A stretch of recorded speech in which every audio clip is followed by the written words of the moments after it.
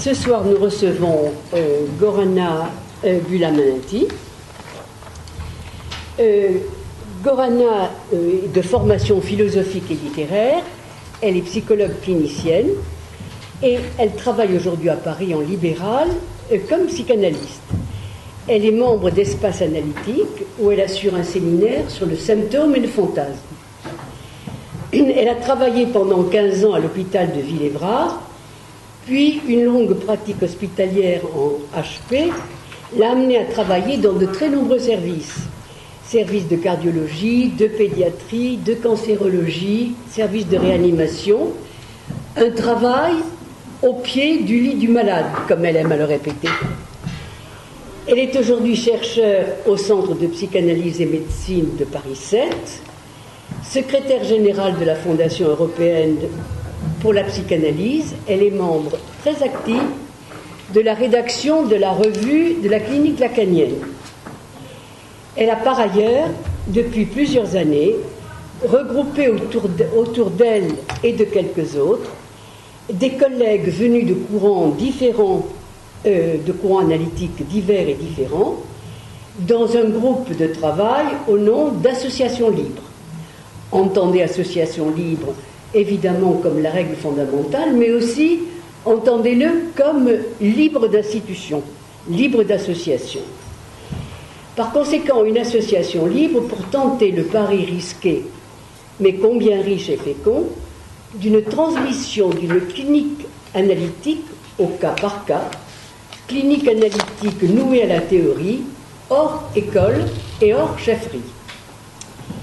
Elle vient enfin de consigner le fruit de sa longue et précieuse expérience dans un beau texte, généreux, paru ce mois-ci aux éditions RS.Orline et qui porte le titre de « Comment fonctionne une cure analytique ?» avec comme sous-titre « À l'écoute du sujet, toujours singulier ». Sous-titre qui constitue, me semble-t-il, sa véritable profession de foi. En effet, au travers d'une langue vivante et claire, sans langue de bois, mais qui ne cède en rien ni sur les concepts fondamentaux, ni sur l'éthique du sujet, un fil rouge traverse l'ouvrage pour que la théorisation, qui est nécessaire à la formation de l'analyste, ne devienne un dogme désuet dans l'après-coup, dogme qui fait bouchon à l'écoute, c'est toujours à partir de la parole singulière de chaque patient que l'analyste a à travailler dans l'espace du transfert avec les formations de l'inconscient pour débusquer au travers de la répétition, qui est aussi une voie royale vers l'inconscient, les liens entre le symptôme et le fantasme inconscient sous-tendu par la pulsion. N'oublions pas que Lacan a parlé de ce fantasme inconscient comme le prêt-à-porter de la pulsion. Elle y interroge longuement, au plus près de sa clinique, l'énigme de la relation entre le psychique et le somatique. À partir de vignettes cliniques et un va-et-vient entre corps et langage, entre l'inconscient et ses formations et la répétition qui vise la jouissance, elle tente de démontrer les conséquences perceptives du travail analytique sur le corps, ce corps pris dans les filets du langage, beaucoup plus vigoureusement que nous ne voudrions l'accepter, ce qui situe sa réflexion, bien sûr, au cœur de notre travail sur la guérison.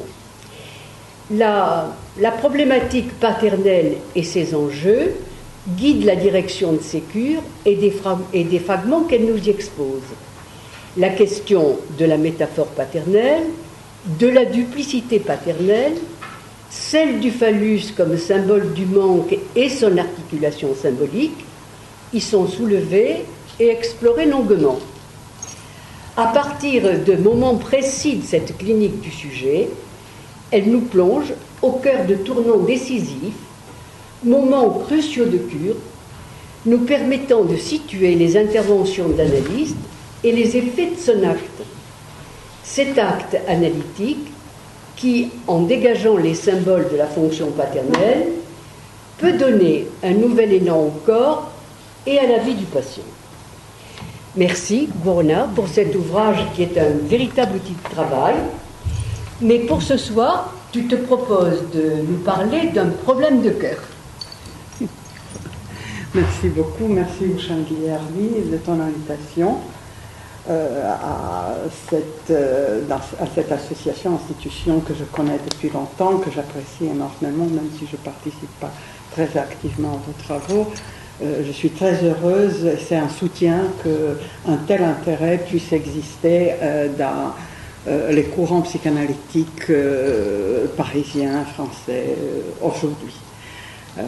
Merci beaucoup Geneviève de ta chaleureuse présentation. Alors je vais essayer, à cette heure tardive, de ne pas complètement vous assommer avec des théorisations trop lourdes, et je vais essayer de partir des choses de ma clinique que j'ai effectuée depuis de longues années dans des services, d'abord dans un service de cardiologie à l'hôpital Boucicaut, lorsqu'il était encore ouvert avant qu'il déménage à HGP, à l'hôpital Brousset aussi, en cardiologie, en chirurgie cardiaque. Et ces débuts m'ont appris des choses que j'ignorais.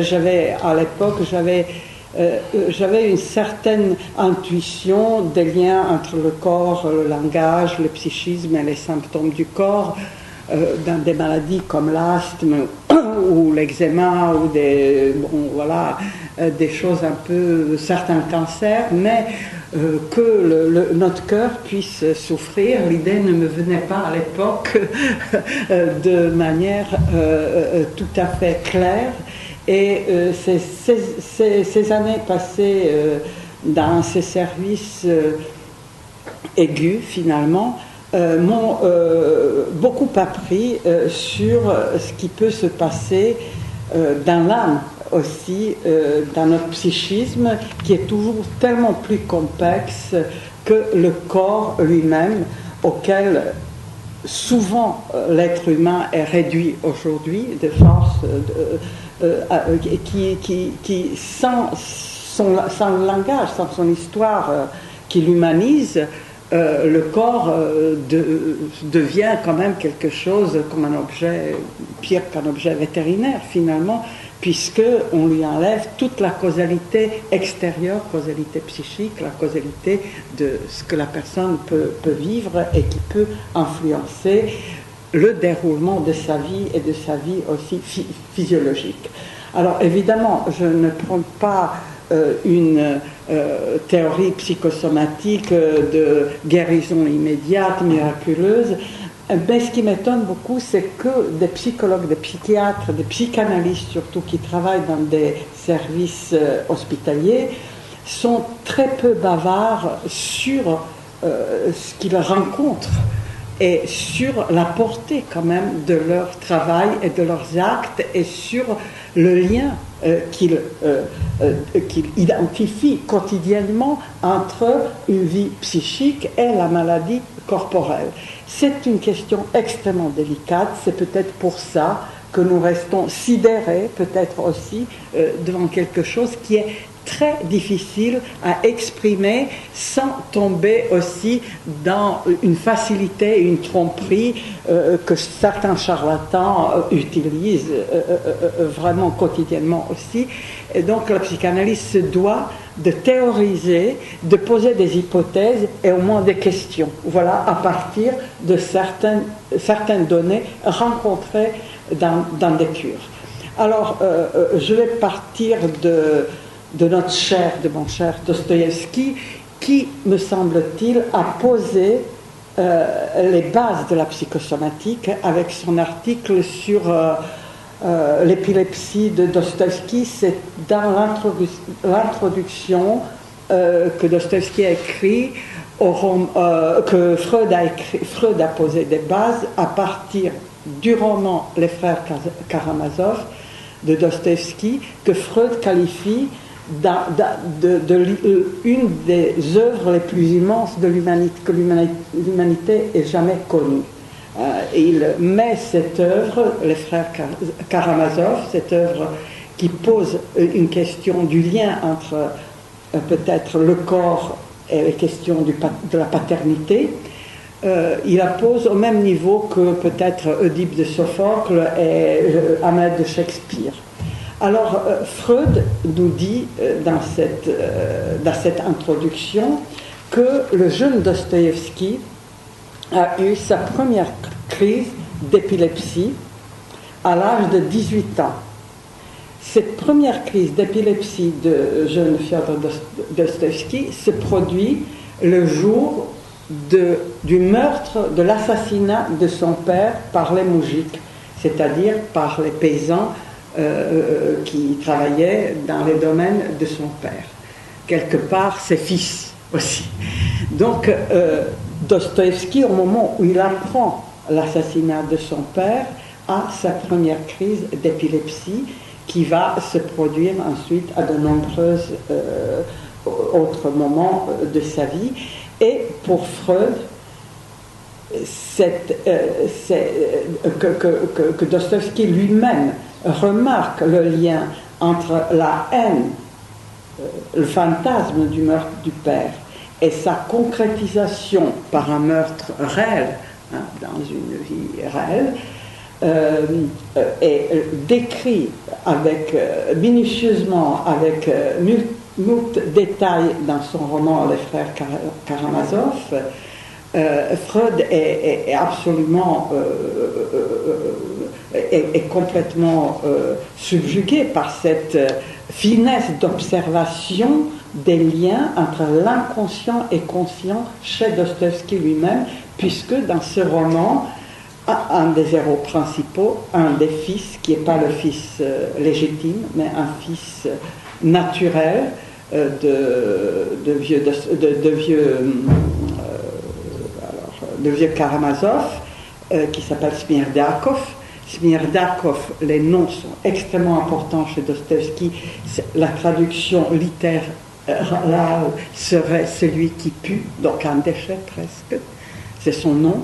Au lieu de porter le nom de son père, puisque son père ne l'a pas nommé, n'a pas transmis, n'a pas donné le nom au fils, ce fils porte un nom comme ça, et il est le fruit, ce fils, d'une nuit de pratiquement viol de ce père, Karamazov, un patriarche puissant, et une servante muette, sourde et muette, c'est-à-dire une femme qui ne peut rien dire sur le père non plus. Donc vous voyez un peu comment les choses se passent déjà chez Dostoïevski, avec ensuite beaucoup de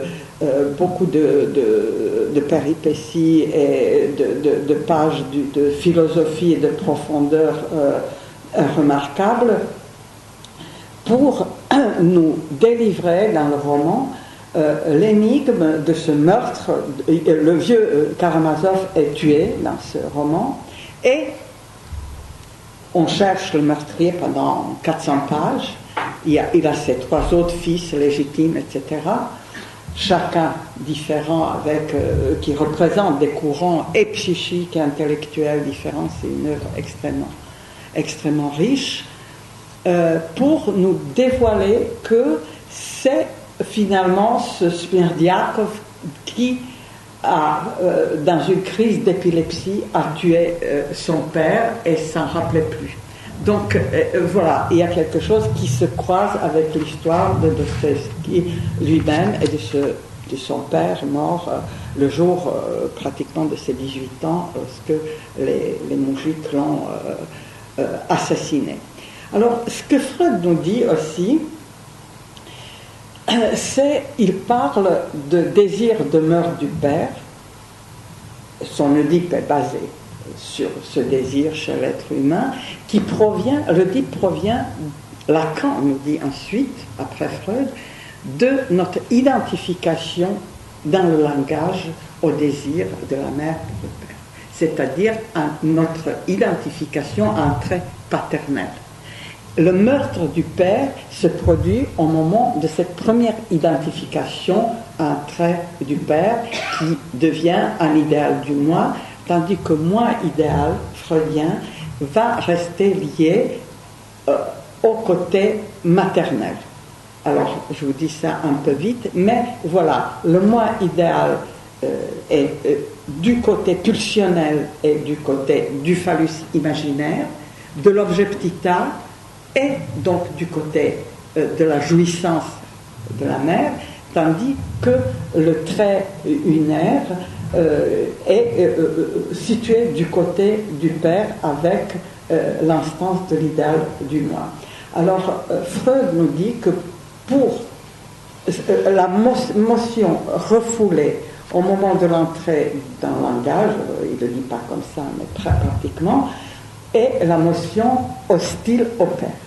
La motion qui est hostile au père. Donc, avec notre corps, nous refoulons, parce que nous rentrons dans le langage et nous rentrons dans le désir de l'autre, parce qu'il faut se faire aimer de l'autre, et pour être conscient, nous refoulons une partie de nous. Notre propre désir reste séparé de nous, puisque nous disparaissons pour obéir à un désir aliénant. Et c'est cette partie divisée, cette partie refoulée, pulsionnelle, qui va ensuite diriger nos actions à notre insu. Mais ce refoulement n'est pas fait une fois pour toutes, il continue toute notre vie avec la pensée. Pour faire une phrase, il faut refouler notre corps. Et ce refoulement pulsionnel continue et se renouvelle. Alors, faire une analyse, c'est peut-être savoir un peu ce que nous refoulons, ce que nous avons refoulé. Jamais une fois pour toutes, c'est pour ça que peut-être l'analyse, il y a un côté infini de l'analyse. Freud nous met aussi en garde en disant que le sujet refoule devant l'angoisse de castration. D'abord l'angoisse de la castration de la mère et ensuite de l'angoisse de la castration propre par le père. Et il nous dit aussi que le complexe d'Oedipe, qui parle d'inceste, désir du fils pour la mère, et complexe de castration, c'est des complexes, parce qu'il y a plusieurs instances qui sont en jeu, ne peuvent pas être dépliés, élaborés jamais devant un public non familiarisé avec la psychanalyse suffisamment, parce qu'il provoque une grande répugnance à cause du tabou de l'inceste. Même l'idée de travailler donc sur l'inceste et sur le complexe de la castration provoque une répugnance, je pense, même chez des analystes eux-mêmes, très souvent, surtout lorsqu'il s'agit d'aborder le corps. Combien de collègues j'ai rencontrés qui pensent que les maladies de notre corps n'ont aucun lien avec le psychisme. C'est quelque chose qui continue. Bien sûr, c'est une énigme. On ne peut pas trouver une causalité comme ça. Mais un lien, nous le savons dès que nous passons un peu de temps dans les services hospitaliers, que ce lien existe et se confirme dans le symptôme et sa répétition qui est sa preuve. Donc, je voulais vous parler donc de la sexualisation de la pulsion par rapport au désir du grand autre, qui est en fait réponse à la demande du grand autre. C'est-à-dire, qu'est-ce que c'est la sexualisation de la pulsion? C'est donner le phallus à la mère. C'est donner le phallus qui lui manque à la mère, de la manière dont notre corps a été refoulé en tant que pulsionnel et désiré à une certaine place pulsionnelle par cette même mère, par le grand autre. Alors bon, pour ne plus théoriser peut-être sans donner une consistance clinique, je vais vous parler d'une première rencontre, il y a quand même plusieurs années, avec un patient en cardiologie qui est arrivé suite à une intervention chirurgicale. Il était d'abord dans un service de cardiologie, il est allé dans un service de chirurgie, il a été opéré, et puis il est revenu dans le service de cardiologie puisqu'il présentait sans cesse des complications, et malgré que l'intervention a été réussie, il souffrait de douleurs énormes thoraciques et il maigrissait, il ne se nourrissait pas, il était de plus en plus affaibli. Donc on m'a demandé de rencontrer ce patient et je pense que j'ai pu travailler dans ce service et obtenir la confiance des médecins, des infirmières, grâce à une discrétion et à une certaine place qui n'était absolument pas en rivalité avec le travail des médecins. Ils travaillaient sur l'objet corps d'une certaine manière, moi je travaillais d'une autre manière.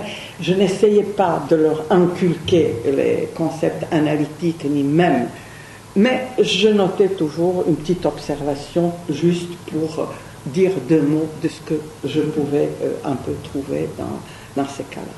Donc voilà, donc ce patient qui était très affaibli pouvait à peine parler, et puis je lui ai dit un peu que je voulais savoir s'il rêvait. Et là il s'est réveillé un peu, et puis il m'a dit qu'il avait fait un rêve pendant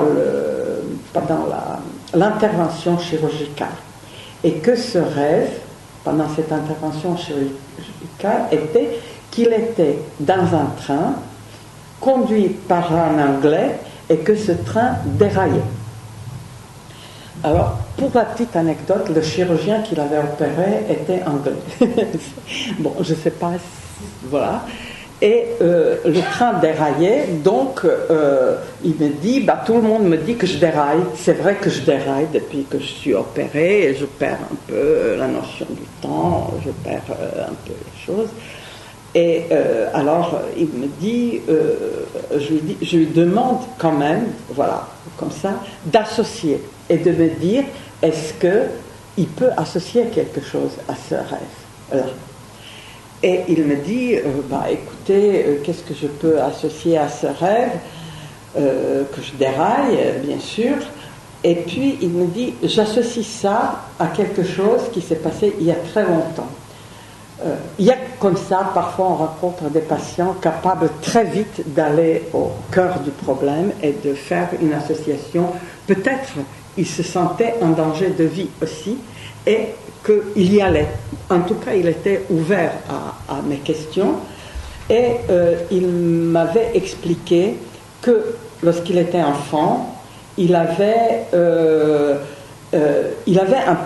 reçu un petit train électrique comme cadeau d'anniversaire, et qu'il jouait avec ce train, et qu'il jouait dans l'entrée de sa maison avec ce train, et qu'un jour son père était rentré de son travail, qu'il a buté sur ce petit train et qu'il s'est cassé un peu la figure, et qu'il a balancé un petit wagon sur le petit garçon, sur son fils, énervé de se prendre les pieds dans ce jouet, et le petit a reçu un wagon dans le thorax. Et puis il me disait qu'il avait complètement oublié cet événement, mais que voilà, ça lui revenait, et que ce petit train, son père qui se fâche énormément contre lui, et lui en colère évidemment contre son père. Et il me dit, depuis, je suis devenu obsessionnel, je range tous les jouets étaient rangés toujours à leur place, etc. Et puis il me dit qu'il était devenu tellement obsessionnel et précis qu'il est devenu aiguilleur du ciel, contrôleur du ciel. Donc il a élevé sa vocation d'un niveau, et il a quitté les trains, la terre, son père terrestre, pour un autre père idéalisé, peut-être un père qui était un peu quand même au ciel, et qu'il avait travaillé, et que juste avant son intervention, il était parti à la retraite. C'est-à-dire, au moment où il était plus dans cet exercice d'une activité qui soutenait son désir, donc il n'était plus actif sujet de son acte, en partant à la retraite, il s'est passivé complètement, il a régressé quelque part il n'a pas su trouver quelque chose, je crois, entre le ciel et la terre, et il s'est passivé et il a commencé à avoir des douleurs thoraciques de plus en plus fortes. On lui a constaté une angine de poitrine, et à l'époque, ça c'est il y a déjà 15 ans, on opérait très souvent pour mettre ce qu'aujourd'hui on fait très facilement avec des stents, etc. On lui a fait des pontages, et donc après cette opération, il n'arrivait pas à se relever. Donc le travail ensuite que nous avons pu faire tranquillement, gentiment, sans que je me présente comme une grande psychanalyste ni psychologue, je venais parler avec lui un peu de quelque chose de son enfance, pour pouvoir, et des associations qui pouvaient amener, pour pouvoir retrouver quelque chose de son désir d'enfant aussi, pour investir à nouveau peut-être un autre idéal qui s'était perdu avec la culpabilité qui à nouveau surgit par rapport à ce père qui l'avait fait chuter, par rapport à ce père qui l'avait fait tomber, et par rapport à la haine de ce père qu'on a commencé à travailler, puisque il me disait qu'il est parti à la retraite parce que son chef de service lui a demandé. Et finalement, il n'était pas du tout obligé. Il a lui choisi aussi en se disant: je vais être peinard, cool, je ne vais plus travailler tous les jours, quelque part. Et puis il m'avait dit que quand même aussi, parce qu'il était dans une colère noire contre son père de lui avoir balancé ce petit train, qui était quand même un geste un peu peut-être trop violent de toute façon, mais qu'il avait mis ce train peut-être pratiquement exprès dans l'entrée, là où père allait mettre les pieds, pour lui dire: c'est mon espace, c'est là où je règne aussi, la maison est à moi, lorsque tu pars travailler, c'est moi un peu qui est le maître de maison, le maître de maman. Et il y a, si vous voulez, ça paraît comme ça extrêmement schématique, c'est extrêmement facile, mais on a mis quand même des semaines pour arriver à extraire cette ambivalence et cette haine du père qui a apparu dans le travail, et il y a quand même un certain élan qui s'est dégagé, qui lui a permis de commencer à aller un peu de mieux à mieux, et de pouvoir répondre aux soins positivement qu'il recevait, quelque part. Donc voilà, ça c'était un monsieur en cardiologie. Et un deuxième cas, c'était un autre homme aussi que j'ai rencontré en cardiologie, et qui devait aussi être... lui, il devait être transplanté. C'était une transplantation, et il avait hésité à se faire transplanter parce qu'il ne voulait pas abandonner sa mère avec laquelle il vivait depuis la mort de son père, et la maladie cardiaque chez lui s'est déclenchée de manière fulgurante lorsqu'il a atteint l'âge que son père avait au moment de sa propre mort. Donc il y a quelque chose d'un maintien par le Père Elle, qui n'est jamais le seul. On a le Père Elle, le Père symbolique et le Père imaginaire chez Lacan. Chez Freud, le Père est toujours duplice. Il y a toujours un Père mort et un Père vivant. Et le Père symbolique est toujours mort. Il est mort depuis toujours. Personne ne peut l'incarner. Mais à un moment, nous préférons croire qu'un père vivant l'incarne pour pouvoir être protégé de la castration finalement. Quelqu'un qui nous protégerait, qui ferait des choses à notre place, qui serait là pour résoudre tous les problèmes aussi que nous avons. Et Freud nous dit que, par exemple, dans le désir d'un père immortel se cache aussi un désir de posséder son phallus. Et le phallus chez Lacan est le phallus symbolique. C'est un symbole sans signification, c'est un symbole vide, c'est-à-dire personne ne peut être à cette place-là.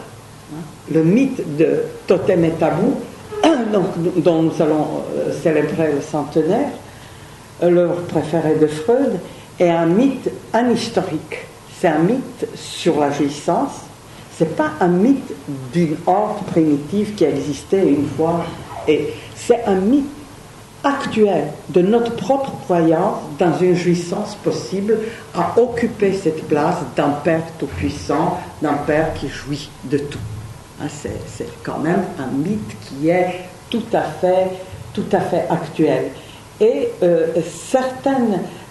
si ce Père terrible existe, qui peut nous châtrer finalement, il y a quand même le phallus qui doit rester un phallus symbolique vide, se rapproche trop de phallus imaginaire, c'est-à-dire le phallus attribué à la mère, selon Freud aussi, toujours, c'est-à-dire dans la croyance que les enfants ont, que la mère a le pénis, c'est vraiment ultra répandu, et cette croyance que la mère possède un pénis fait de la mère une mère phallique, ce qu'on appelle une mère phallique, lui donnant quelque chose qu'elle n'a pas.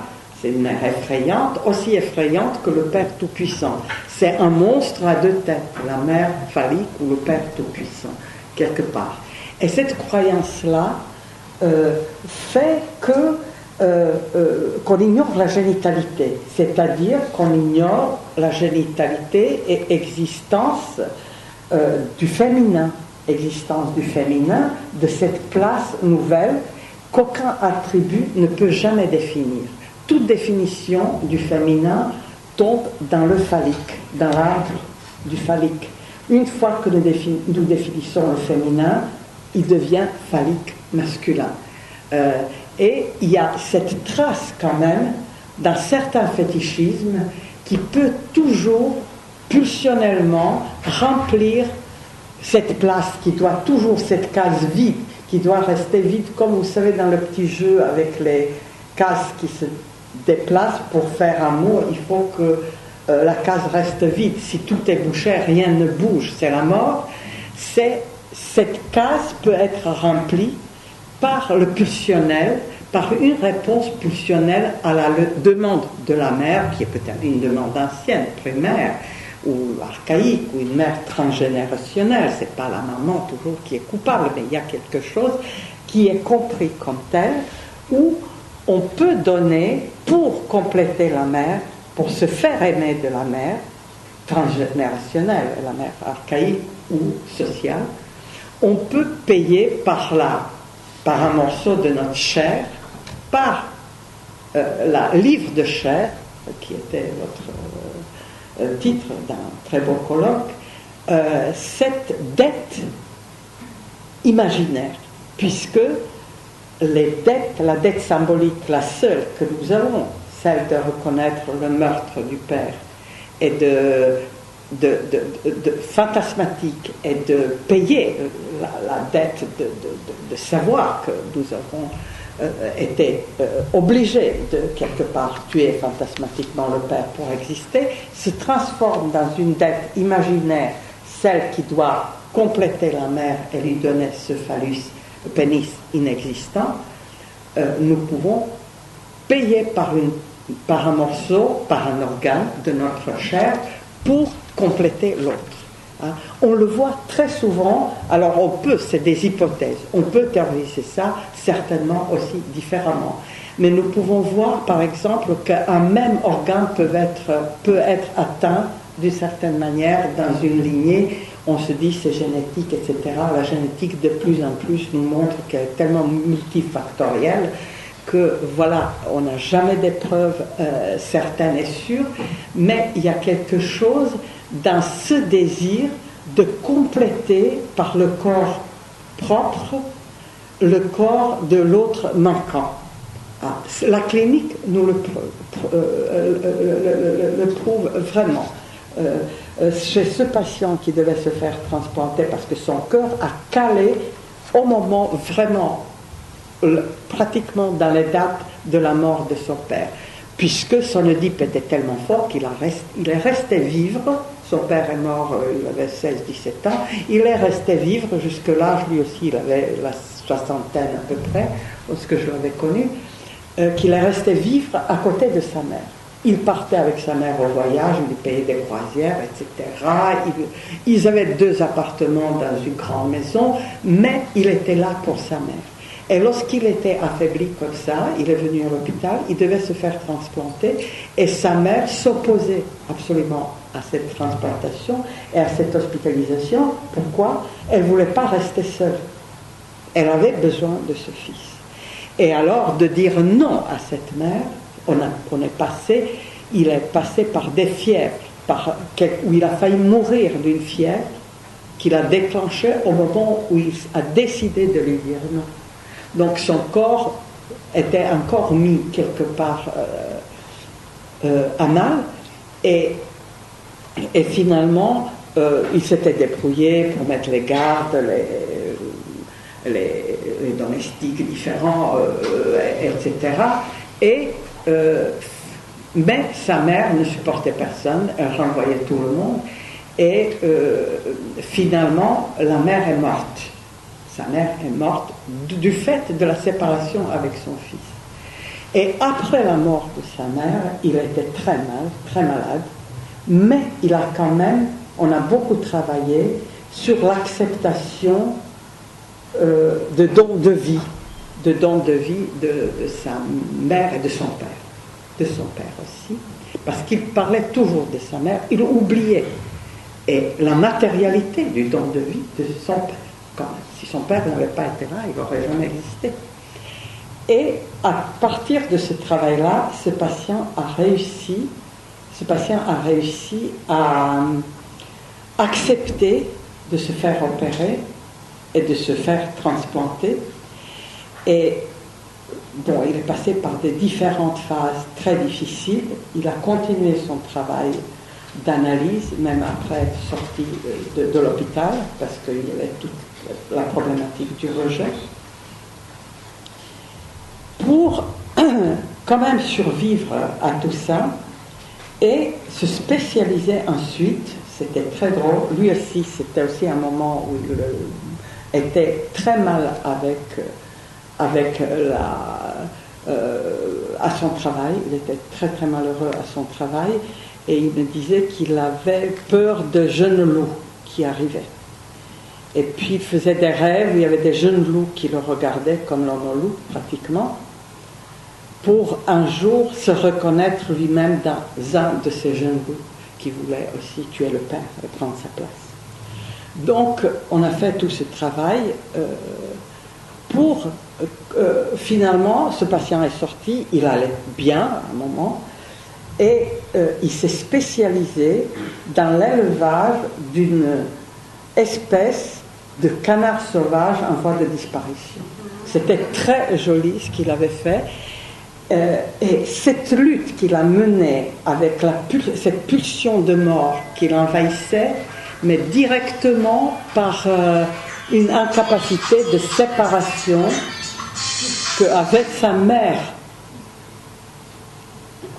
à son égard, c'était vraiment dramatique, et en même temps, si vous voulez, c'était lisible pratiquement à ciel ouvert. C'était vraiment lui ou elle. À un moment, c'était lui ou elle, et il a accepté que cette mère de 92 ans meure, que lui, à 58-9 ans, continue à vivre, et il a choisi aussi d'accepter la mort en tant qu'inscription dans les générations, quelque chose qu'il ne devait pas porter lui. Il ne devait plus porter la mort de son père, ni la mort de sa mère, ni de son père. Il m'a dit, la mienne me suffit. Eh ben, je lui dis, évidemment. Et alors je ne sais pas si vous avez travaillé beaucoup avec les différentes transplantations, il y a quelque chose de l'ordre de l'acceptation. On peut discuter sur l'éthique, sur Est-ce que c'est souhaitable ou pas? Est-ce que nous sommes pour ou contre? Mais au moment où ça se passe et lorsque ça s'est passé, pour moi, le travail avec le patient était celui dans le sens de son désir à lui. C'était donc le sens du désir de vie. Ainsi, il avait accès et du sens de l'acceptation d'un don de quelque chose qu'il doit continuer à faire vivre. Voilà, et c'est passé très souvent par des rêves extrêmement hystériques. Dans les rêves où le patient se faisait lui-même attaquer, dans ses rêves par exemple, et on voulait lui prendre quelque chose. On voulait lui prendre ses vêtements, ses choses, ses bracelets, on voulait lui couper son tatouage, on voulait lui prendre sa peau. Au moment où lui-même peut-être souhaitait que quelqu'un perd sa peau pour lui donner son cœur. Enfin, c'est extrêmement cruel et horrible ce qui peut se passer dans ces moments-là. Mais pour nous, si nous gardons notre distance, si nous travaillons avec ce qui vient, bon, voilà, c'est comme ça, on ne peut pas choisir non plus toujours les situations les plus faciles et les plus brillantes.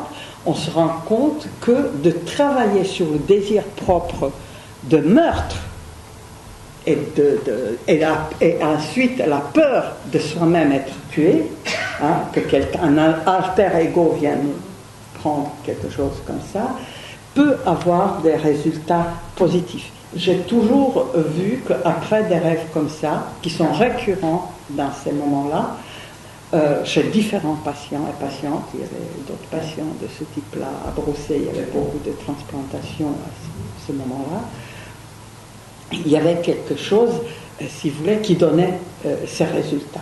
Alors, pour moi, c'est des hypothèses. Mon hypothèse, c'est est-ce que c'est le travail sur ces rêves qui apportait quelque chose, l'excellent travail des médecins, excellents chirurgiens, l'entourage, les infirmières qui étaient présentes et qui étaient aussi... Il y avait toujours une, malgré qu'il y avait parfois des horreurs complètes, il y avait toujours une qui était humaine, proche et qui arrivait à aussi insuffler quelque chose de son propre désir de vie et de le transmettre aux patients. Je ne sais pas, mais pour moi, de vérifier que ça se recoupe présente quand même des pistes que je poursuis et qui ont des effets souvent étonnants. Voilà, souvent étonnants. Alors voilà, je vous remercie. Je ne sais pas s'il y a des questions. Je pourrais vous... Peut-être tout ça est un peu rude, peu théorisé, parce que je ne voulais pas lire pour ne pas vous assommer avec les détails. Tout ça est écrit et bien écrit, soit dans la clinique lacanienne, soit dans le livre « Comment fonctionne une psychanalyse », que d'ailleurs j'écris pour exposer un peu ce que je fais, pour dire, voilà, moi je pose cet acte-là, je travaille sur le rêve comme ça, la coupure de la séance signifie ça, je le théorise de cette manière, et je suis le désir, je continue à suivre le désir singulier de chaque patient avec ces outils théoriques que j'oublie au moment de l'acte, mais après que je peux tout à fait quand même un peu réfléchir et donner. Et d'une certaine manière, je pense que ce travail peut avoir quelque chose de scientifique, puisque la psychanalyse est une science extrêmement théorique, argumentée, solide, riche.